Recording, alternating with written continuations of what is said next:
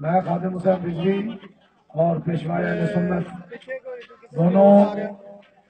فیض آباد کنٹینر پر اپنی نبوت کی حفاظت کے لیے غلامان مصطفیٰ اور شاقان مصطفیٰ کے ساتھ یہاں بیٹھے ہیں، اور ہر ظلم و ستم ہمارے کارکنوں نے، حضور کے غلاموں نے برداشت کیا ہے، گولیاں بھی برداشت کی ہیں، زخمی بھی ہوئے، بدترین آنسو گیس کا بھی استعمال کیا گیا، اور ہم ادھر بیٹھے اور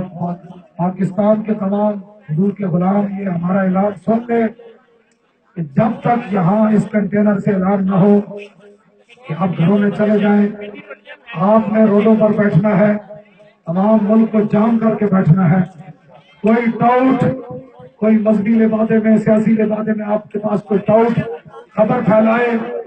کہ جی وہ دھرنا ختم ہو گیا ہے، ان کے مسئلے حل ہو گئے ہیں، تو آپ نے اس کی بات پر کام نہیں دھرنا۔ اعلان یہاں سے ہوگا کہ ہم رسول اللہ کی ختم نبوت پر پہرا دینے میں کامیاب ہو گئے، تو پھر اس کے بعد اعلان ہوگا۔